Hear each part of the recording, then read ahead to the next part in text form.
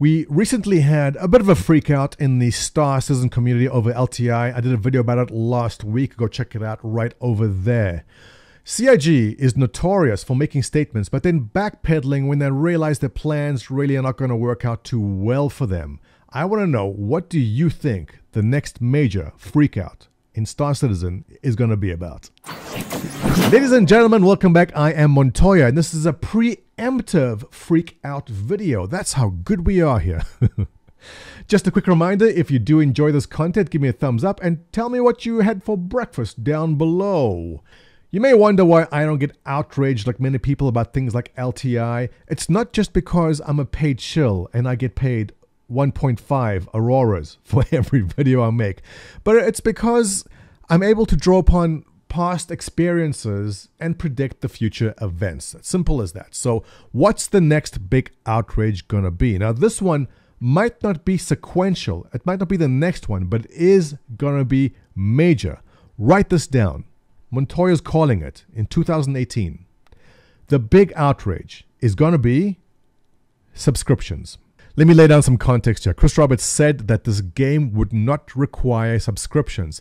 That statement is both naive and short-sighted.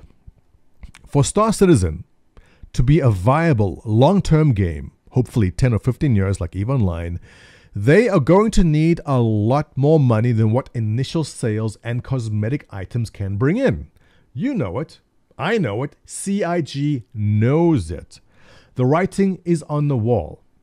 CIG realizes that the most efficient and easiest way to bring in regular, consistent, reliable revenue is to have as many backers as possible give them $10 a month. Now, I know what you are saying, but Montoya, there are already subscriptions. This is true right there on the pledge/subscriptions part of the site. The perks at the moment are very basic things. You get to fly a ship for a month, you get a gold skin for your gun. The thing is, what happens after you have gold on everything? Where do you go from there? I can tell you exactly how this is going to play out. Look at this chart right here. This chart shows you the number of logged in accounts on EVE Online since 2003. And this is not atypical, this is very typical of every single MMO. Every MMO will have a similar life cycle. There is growth, there is a peak, and there is a decline. While sales of Star Citizen will be great for the first few years, there will be a time when Star Citizen will peak. There will also be a time in 2030 where it may start to stagnate and decline. Planning ahead and being prepared to keep innovation and development going through this phase will be critical. Having the benefit of seeing this life cycle of an MMO long before you even launch your own game gives CIG the advantage of being able to plan ahead for this time 10 years into the future. This is why I predict they'll be pushing the subscription model long and hard before we reach peak player numbers. For the sake of not pissing off the community, subscriptions will not be mandatory, but subscriptions will offer perks that will be so sweet that it'll definitely appeal to a core group, either the hardcore or the casual or both, that it's definitely worth their time to have subscriptions. What perks can they offer? Well, we know that earning money in an MMO is a core driver, a thing that makes you want to do more because then you can buy the things you want in the game.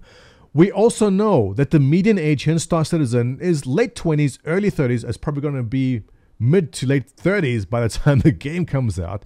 There's a lot of young professionals backing this project. And young professionals don't have 50 hours a week to put into a game. But you know what they do have? They have the money. So, with that in mind, let me make up an example. Now, for the sake of this example, these numbers are probably going to be horribly wrong, but let's say it takes you 10 hours of game time to make 50,000 UEC. Now let's say for $10 a month, you can get a perk on your subscription, which gives you 50,000 UEC to your account. So to buy a Gladius, let's make up a number, will cost you 150,000 UECs. You can either put in the time earn the money in the game to buy the ship, or you can buy a subscription and get 50,000 USD a month, which means in 3 months, you will have enough money to buy that ship without doing anything at all, just by having a subscription. Other perks they may offer, say 10% off any purchase, cash or credit. Here's a good one. Shorter ship reclamation times. Your Idris just got blown up. You let me drive it and I crashed it into an asteroid. As it stands right now, you have to wait a certain amount of time to get it back from insurance. You can also pay more money in the game to make it faster, but let's say you don't feel like spending the money in the game to get it faster. Let's say the normal wait time to get back an Idris after it blows up from insurance is 7 days. But if you have a subscription, it is 5 days. That would be a great perk. There's a lot they can do to incentivize subscribers. Like I said, my numbers are probably going to be way off from what reality will be, but I strongly believe that this voluntary subscription model is going to happen, and its perks will greatly benefit the certain segments of the player base.